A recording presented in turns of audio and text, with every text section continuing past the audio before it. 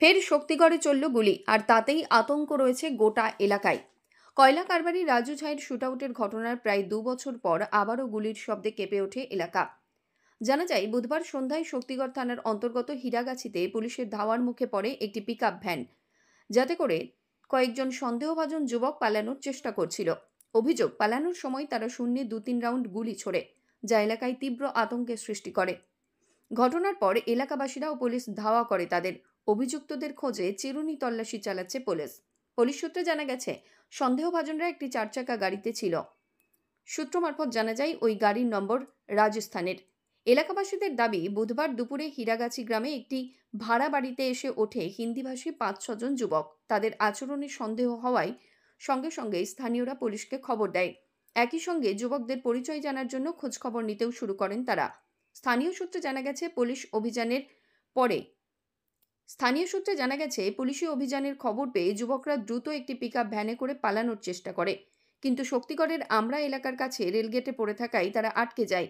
ঠিক সেই সময় অপর দিকে দাঁড়িয়ে থাকা পুলিশের গাড়ি দেখে তারা গাড়ি ঘুরিয়ে পালানোর চেষ্টা করে। সেই সময় রাস্তার পাশে দাঁড়িয়ে থাকা একটি ট্রাক্টরের সঙ্গে ধাক্কা লাগে তাদের। ঘটনায় কার্তিক ক্ষেত্রফল নামে এক ব্যক্তি আহতও হন।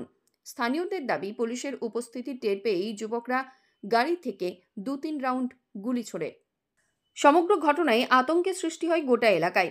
হীরাগাছি গ্রামের বাসিন্দা বিনয়ভূষণ হালদারের ভাড়া বাড়িতে ওঠে ওই যুবকরা। তাদের আচরণ দেখে প্রতিবেশীদের সন্দেহ হয়, তারা বিষয়টি মালিককেও জানান। এরপরেই বাড়ি ছেড়ে দেওয়ার নির্দেশ দেয় ওই বাড়ির মালিক। হ্যাঁ, আতঙ্ক তো আছেই। পাড়ার লোকজন সব খুব বাজে করছে। ওই তো চেম্বারে গেছিল বাড়ি ভাড়ার জন্য। তারপরে আমাদের ভাড়া ছিল একজনা, তারা কালকেই আর কি চলে যাবে। তো বলে যে এরকম একজনা বাড়িতে ঘর দেখতে যাবে, তাহলে ঘর দেখিয়ে দিও। তা ওরা ছিল, তো ঘর খোলাই ছিল। তা আসার পরে আমাকে ডাকলো, দিয়ে আমি গিয়ে দেখিয়ে দিলাম ঘরটা।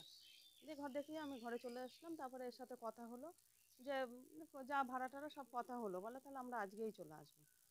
দিয়ে এই পর্যন্তই কথা হয়েছে। তারপরে তারপরে চলে গেছে, সেই লোকটা চলে গেছে। দিয়ে ২:৩০-৩টা বাজবে, তখন এরা এসছে। আর কজনে এসেছিল আমি দেখিনি সবাইকে।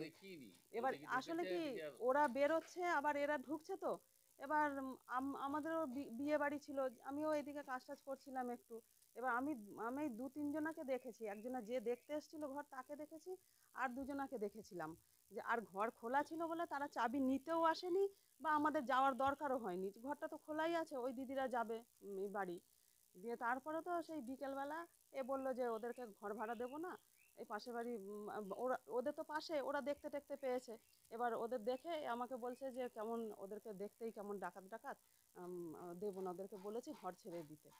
দিয়ে তারপরে এই পাশের বাড়ি ভাগনা এসে আমাকে বলছে যে মামি, এরম যাকে তাকে ঘর দিয়ে দাও। আমি বলছি, দেখ আমি জানিও না, তোর মামার সাথে কথা হয়েছে, তোর মামা পাঠিয়েছে।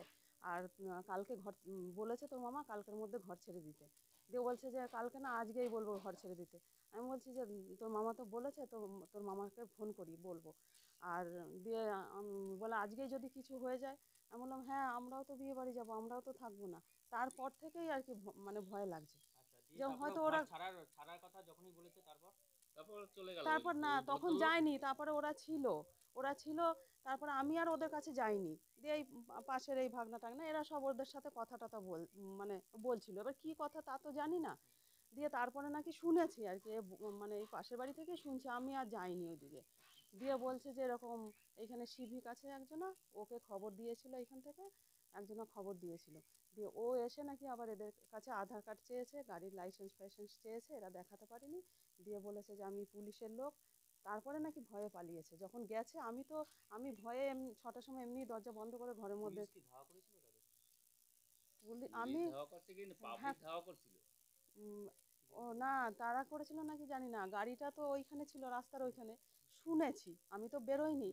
দিয়ে গাড়িটা নাকি এই আমরার দিকে গেছিলো, ওইখান থেকে আবার এই দিকে। আমি আবার জানলা দিয়ে দেখছি যে পুলিশের গাড়িও আসছে, সব গাড়ি ছুটছে আর কি। আর কিছু আমি জানি না।